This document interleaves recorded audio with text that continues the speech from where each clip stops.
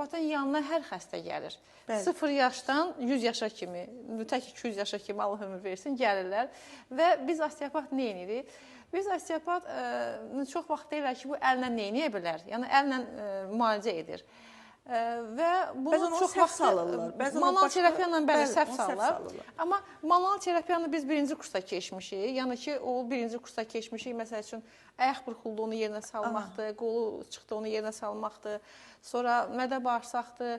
Məsəl üçün, mədəsi düşdü, onu saldıq. Bu visceral osteopatiyaya aiddir. Bayaq dediyimiz struktural osteopatiyaya aiddir. Məsəl üçün, börəklər sallandı. Bu visceral osteopatiyaya aid. Daxil orqanlarla işləyirik. Sonra funksional osteopatiya var. Və artıq osteopatiyanın ən, belə deyək də, elitli bir səviyyəsi var ki, buna biodinamik osteopatiya deyilir. Və bu zaman xəstə görür ki, həkim osteopat heç bir şey eləmir, əlini qoyur və proses gedir. Burada osteopatın rolu nədir?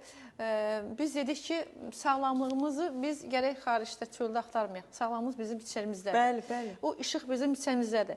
Sadəcə insanlar yadından çıxarır ki, sağlamlıq bizim içimizdədir, onu xaricdə axtarır. Müəyyən klinikalara gedir, analizlərə gedir. İndi hal-hazırda mən deyə bilərdim ki, həkimlər də inciməsin. Həkimlərin çox az bir hissəsi var ki, əllə toxunurlar. Məsəl üçün, bizim vaxtımızda biz perkus edirdik, palpasiya edirdik, qulaq asırdıq, askultasiya edirdik. İndi, yəni ki, onu mən görə bilmirəm. Çox az həkimlərdə olur ki, onlar nəsə qulaq asır, nəsə ki, görən bunun problemi nədir, ağrıyan yeri nədir. Yəni, birbaşa UZİ-yə get, KT-yə get, MRT-yə get, analizə get. Yəni ki, bu hazır bir nəticədir. Gələcəkdə də biz çox şükür ki, süni intellekt çıxıb durur, həkimlər əvəz edir. Bəli, bəli. Yəni ki, o aparatların qoyduğu diaqnozu ilə süni intellektin qarşısına qoyacaqlar və o da müalicə yazacaqdır. Amma osteopatı heç bir şey əvəz edə bilmir. Çünki osteopat nədir? Bu, insanın özünə birbaşa toxunmaqla, onun bu problemi cismindədirmi, ruhundadırmı, şuurundadırmı?